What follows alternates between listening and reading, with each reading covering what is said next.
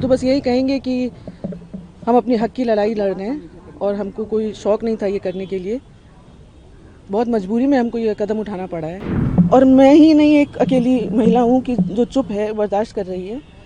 हमारी जैसी बहुत महिलाएं हैं जो चुप रहती हैं, बर्दाश्त करती हैं अपने बच्चों के लिए, अपने घर के लिए।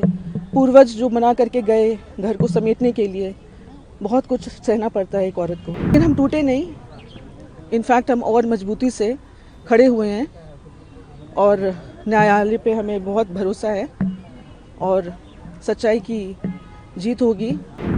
अभी ऑर्डर तो हमारे पास आया नहीं है तो उस पर हम कुछ कह नहीं पाएंगे और हम तो बस यही कहेंगे कि हम अपने हक की लड़ाई लड़ रहे हैं और हमको कोई शौक़ नहीं था ये करने के लिए।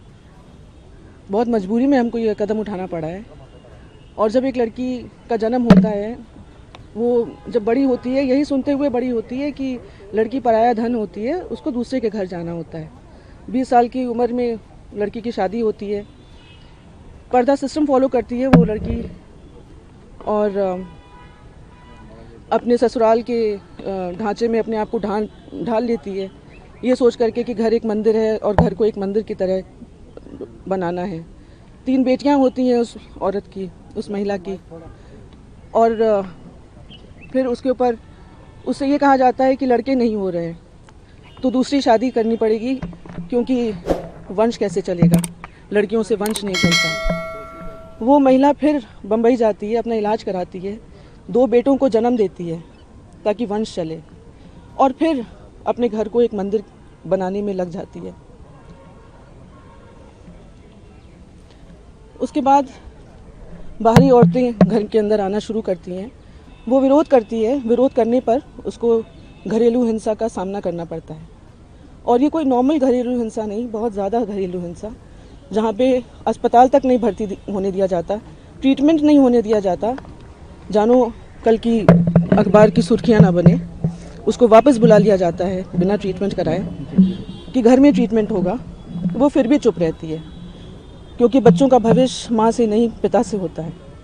और मैं ही नहीं एक अकेली महिला हूँ कि जो चुप है, बर्दाश्त कर रही है। हमारी जैसी बहुत महिलाएं हैं जो चुप रहती हैं, बर्दाश्त करती हैं अपने बच्चों के लिए, अपने घर के लिए। पूर्वज जो मना करके गए घर को समेटने के लिए, बहुत कुछ सहना पड़ता है एक औरत को। फिर गोली चलती है, वो तभी चुप रहती है। फिर उसको उसके दस्तखत फौज किए जाते हैं, संपत्ति नौकरों के नाम दी जाती है, ड्राइवर के नाम, खाना जो बनाता है उसके नाम, MLC के नाम, अननोन लोगों के नाम, ताकि उसके पास कुछ भी ना बचे। फिर डिवोर्स फाइल किया जाता है और डिवोर्स के आड़ में इतने सारे केसेस उस महिला के ऊपर थोप दिए जाते हैं।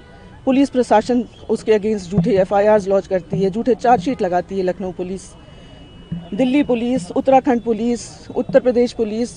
वो औरत एक के बाद एक केसेस में उलझती जाती है। उसको तोड़ने के लिए सब किया जाता है ताकि वो टूट जाए और टूट करके वो अपनी हार मान करके डिवोर्स देने को तैयार हो जाए।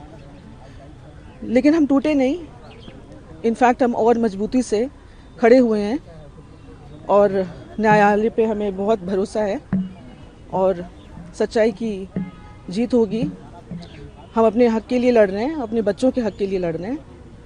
और ये बहुत गलत बात है कि पति दूसरी शादी करना चाहे, डिवोर्स फाइल कर दे और फिर दूसरी औरत को के साथ घर में रहना शुरू कर दे।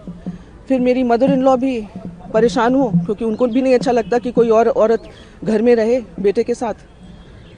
उनको भी घर छोड़ करके, इस बुढ़ापे में उनको भी घर छोड़ करके जाना पड़ता है। हम लोगों को घर में अलाउड नहीं है। हमारा DV जो है बहुत दिनों से स्टे पे था, जुरिस्डिक्शन स्टे पे।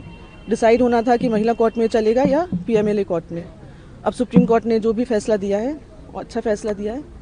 और क्या फैसला? मैम, आज जो सुप्रीम कोर्ट में आप आई थी, ये कौन सा मामला था? इसमें जो याचिका आपने दायर की थी उसमें क्या मांग की गई थी आपकी? वो हमारे लॉयर आ रहे हैं, वो बता पाएंगे।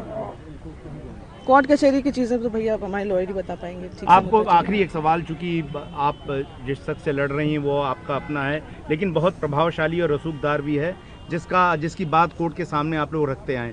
ऐसी स्थिति में जब आपको सबसे देश की ऊंची अदालत में आना पड़ा है, क्या लगता है कि अब न्याय मिलेगा और क्या वो अभी भी अपने रसूख का इस्तेमाल करके आपके न्याय को बाधित करने की कोशिश करते हैं? भैया जी हम क्या कहें इस चीज़ का। हर जगह से मैनेज किया जा रहा है। हमने पहले ही कहा उत्तराखंड पुलिस, यहाँ दिल्ली पुलिस, यूपी पुलिस, सबको तो यूज़ किया जा रहा है हमारे अगेंस्ट। झूठे FIRs सब जगह से हम लड़ रहे हैं और सत्य की जीत होगी। न्यायालय पे हमें पूरा भरोसा है।